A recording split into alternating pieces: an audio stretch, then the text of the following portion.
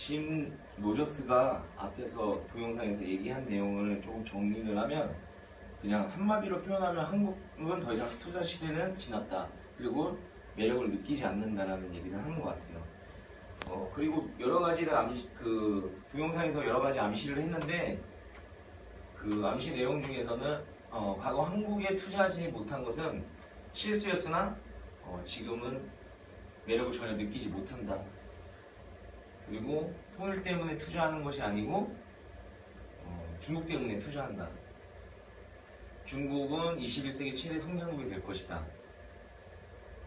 미국도 20세기에 15번의 위기가 있었지만 그럼에도 불구하고 성장했고 미국의 정상화 과정 후 세계 경제는 다시 성장할 것이라고 예상하는 거죠. 우리나라는 저출산, 저성장, 그리고 저물가, 저투자 시대에 있습니다. 근데 우리나라가 10대 강대국인데 그 10대 강대국에서 차지하고 있는 포션은 한 2% 정도밖에 안 된다고 해요. 근데 여기 지도에 보시면 유럽이 한 25% 정도를 차지하고 있고 그리고 중국이 30%, 미국이 33% 정도 차지하고 있습니다. 이 세 나라가 3대 강대국인데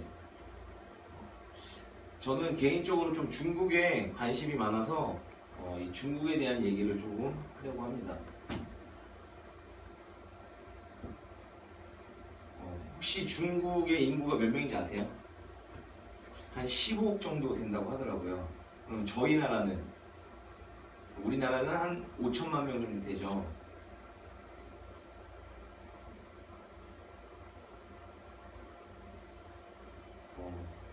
이제 후광통에 대해서 조금 말씀을 드려야 될 것 같은데 후광통이란 중국 상하이 증시와 그리고 홍콩 주식의 상장 주식 간에 직접 매매를 허용하는 것을 후광통이라고 하는데 후광통은 상하이를 뜻하는 후하고 홍콩을 뜻하는 강 그리고 서로 통한다는 통하게 한다는 의미가 담겨져 있는데 상하이를 뜻하는 여기 오른쪽에 있는 후구통은 홍콩 거래소에서 증권사를 통해서 상해 증권사에 있는 상장된 주식을 살 수 있는 거래를 할 수 있는 것이고 홍콩을 뜻하는 여기 강구통은 중국 본토 증권사를 통해 홍콩 거래소에 있는 상장되어 있는 주식을 거래하는 것입니다. 그리고 후광통은 핵심은 중국 본토 주식을 개인 투자자가 이제 자유로이 사고 팔 수 있게 됐다는 점이고 과거에는 한국 개인 투자자가 중국 본토에다가 투자를 하려면 펀드를 통해서만 이제 간접 투자를 통해서만 할 수 있었는데 지금은 이제 후광통으로 인해서 직접 할 수 있게 되었고 그리고 과거에는 특정 이제 그 허락을 받은 뭐라고 해야 되지?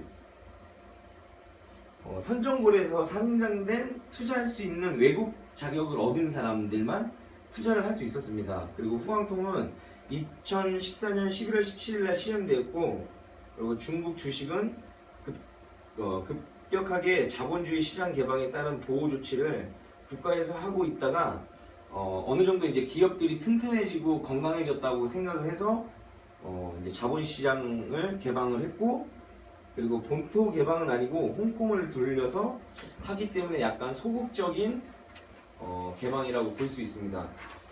그리고 홍콩의 상하이 주식을 주문할 수 있는 하루 거래 한도가 있는데 130억 위안, 약 저희 나라 돈으로 한 2조 3천 정도 되고 3천억 정도 되고 상하이에서 홍콩 주식을 투자할 수 있는 한도는 약 105억 위안, 약 1조 8천억 정도 됩니다. 그리고 한국 증시 개방을 우리나라는 1992년도에 한 10% 정도 했고 그리고 94년도에 12%, 95년도에 15%, 96년도에 20%, 그리고 한 50%, 그리고 98년에 100% 정도 했는데 아까 그러니까 중국 그 주식을 하루에 거래할 수 있는 한도가 130억 위안이라고 했는데 저희 나라 돈으로 약 2조. 근데 그게 한 중국의 전체 증시를 보면 한 2.5% 정도를 개방한 거라고 합니다. 개방 이후에 상해 지수가 한 1000포인트 정도 상승했고, 그렇다면 이 2.5%가 아닌 더 만약에 이제 증시 개방을 하게 되면은 저희 나라처럼 추가적으로 그 그래프를 보시면은 1992년도 후에 많이 성장을 했고, 그 증시 개방도 저희 점점 많이 했고, 그리고 중국도 지금 2.5%를 개방을 했지만 앞으로 향후 계속 성장할 거라고 예상하고 있습니다. 저희나 혹시 그런 말 들어보셨어요? 미국의 10년 전은 일본이고, 그리고 일본의 10년 전 모습은 한국이고, 그리고 한국의 10년 전의 모습은 중국이라는 말을 저는 많이 들었었거든요. 그래서 저희 나라 10년 전에 이제 우리나라의 10년 전 주가를 보면 지금 여기 1995년이고 지금 2015년이라 그래프 끝에 2015년이라고 표기가 되어 있는데, 농심 같은 경우에는 11,000포인트 11,000원에서 36만원 정도로 상승을 했고, 그리고 삼성화재는 15,138원에서 29만 7천원, 그리고 삼성전자는 32,600원에서 130만원 정도 지금 현재로는 되어 있고, 그리고 현대차는 6,670원에서 27만 2천원 정도. 근데 현대자동차가 한 45배 정도 뛴 것 같더라고요. 가장 많은 상승을 했고, 그래서 저희 나라에는 현대차가 있지만 또 중국에는 상해자동차가 있고, 그래서 이 상해자동차가 주가가 어떻게 될 것인지, 그거는 이제 수요와 공급의 법칙에 따라서 아무래도 수요가 많으면 상승을 많이 하지 않을까. 그래서 이제 중국의 자동차 보유 대수를 보니까 2012년도에 약 1억 대를 돌파를 했고, 그리고 2025년에는 3억 대 정도 돌파할 거라고 예상을 하고 있고, 그리고 2050년도에는 한 5억 대 정도를 돌파할 거라고 예상을 하고 있습니다. 그 반면에 우리나라는 한국은 총 자동차 보유 대수가 1870만 대고, 2012년도에 1억 대를 돌파했으니까 저희 나라 자동차 대수는 중국의 한 20%밖에 안 되는 거죠. 그리고 중국의 자동차 1년에 등록되는 대수가 한 2천만 대 정도 되고, 새로 등록되는 대수가 저희 나라의 총 자동차 보유 대수를 넘어갑니다. 그러니까 인구가 15억 중에 거기서 반만 자동차를 운영한다고 해도 한 7억 5천 대까지는 타고 다니지 않을까. 그러면은 지금의 현대차, 예전에 현대차 6,600원 정도 했었을 때 주식이 지금 26만 원 정도 되는 것처럼 많이 올라가지 않을까라는 생각을 해봅니다. 이 사진은 중국의 실제 고속도로 사진인데요. 저희 나라 10년 전에 경부고속도로가 처음 만들어졌을 때 4차선으로 만들어졌다고 해요. 근데 지금의 경부고속도로는 뭐 구간마다 틀리겠지만 8차선 정도 되거든요.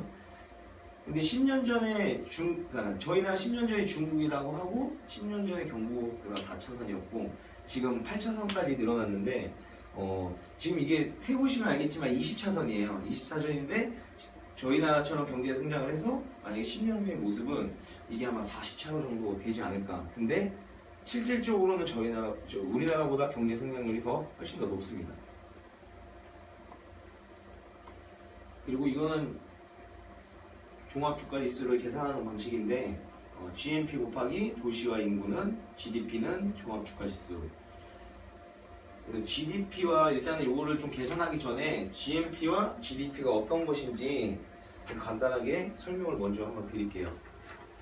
GDP는 국민 총 생산에서 해외로부터 순소득을 뺀 것이며, 한 나라의 모든 경제 주체가 일정 기간 동안에 생산한 재화와 용역의 부가가치 금액으로 환산하여 합계한 것으로 각 부분의 생산활동은 물론 소비, 투자, 수출 등 수요 동향까지도 살펴볼 수 있는 종합적인 자료 지표이고, GNP는 한 나라의 거주자가 일정 기간 동안에 생산한 모든 재화와 용역을 시장 가격으로 평가한 것으로 생산 과정에서 마선된 고정자산의 순모순, 순모순을 포함한 개념이며 시장 가격으로 평가되었다는 점에서 시장 가격에 의한 국민 총 생산이라고 합니다.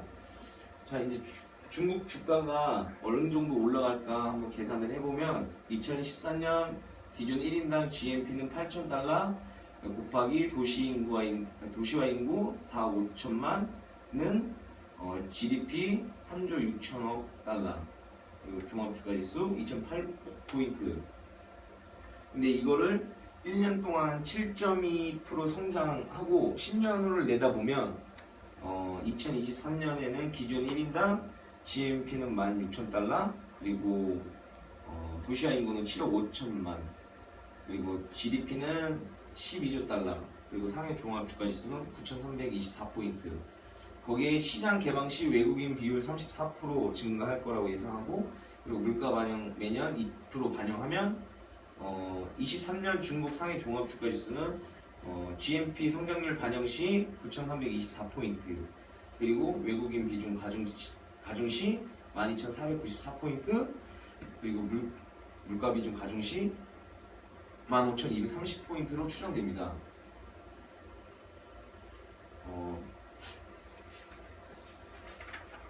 저는 개인적으로 제가 중국에 조금 관심이 많이 생겨서 중국에 대한 좀 얘기를 많이 드렸는데,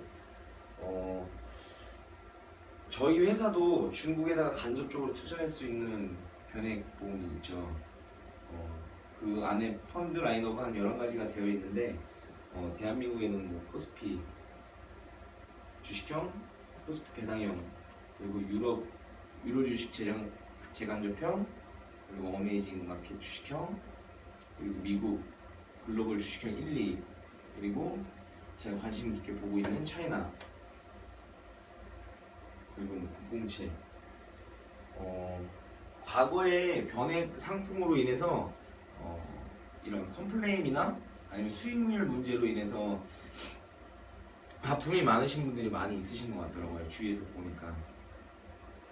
근데 이제 그걸로 인해서 저희 같은 FC들뿐만 아니라 회사도 많은 고충을 겪었을 거라고 생각을 하고, 그거에 대안이라고 나온 게 저는 VL이라고 들었거든요. 근데 VL을 통해서 회사도 어느 정도 고통을 받았기 때문에 그거를 뭐 개선하고 많이 생각하고, 그리고 많은 사람들, 뭐 지점장님이나 이런 분들 얘기 들어보면 신경 정말 많이 썼다고 하고, 그리고 조금 그런 옛날의 아픔들을 다시 겪지 않게끔 그런 구조를 갖고 있고, 그리고 펀드 라인업도 조금 수익을 잘 낼 수 있는 구조의 라인업이 되어 있다고 얘기를 많이 들어서, 제가 생각했을 때는 지금 엄청난 속도로 투자에 대한 붐이 많이 일어나고 있는 것 같아요. 예전에 뭐 상담을 할 때 저축의 시대는 끝났다, 뭐 이제 투자의 시대가 온다 하고 했었는데, 실질적으로 피부로 느끼는 거는 요즘 최근에 많이 느끼는 것 같아요. 변액 강의도 많이 듣고, 회사에서도 어떤 정책적인 부분도 ISP 상품보다는 변액을 많이 권하고 있는 편이고, 그리고 일본 같은 경우에는 ISP 상품, 공시율 상품이 다 없어졌다고 하더라고요. 투자 상품만 있고. 그런 거를 보면 저희도 향후 이제 미국이나 아니면 선진국들, 일본이나 이런 곳을 따라갈 텐데, 투자에 대한 많은 것들을 이제 더 많이 받아들이고, 그리고 공부하고 그런 쪽으로 전문적으로 이제 어드바이스를 해줄 수 있는 사람들이 돼야 된다고 생각을 합니다. 제가 뭐 강의를 듣고 이거를 함께 공유하고 전달하기 위해서 많은 시간에 노력을 하진 않았지만, 그래도 나름 신경 쓴다고 써서 하려고 했는데 부족함이 많이 있는 것 같아요. 그래도 제가 전달하고 싶은 얘기는, 이 짧은 시간을 통해 영업하는 데 있어서 투자라는 거에 대해서 두려움을 갖지 마시고 조금 강하게 확신을 갖고 투자 권유를 해도 될 거라는 생각을 해서 이 내용에 대해서 좀 설명을 드렸고, 짧은 시간이었지만 들려주셔서 감사하고, 이걸 통해서 큰 계약, 좋은 계약, 변액 계약 받을 수 있는 길이 생기셨으면 좋겠습니다. 감사합니다.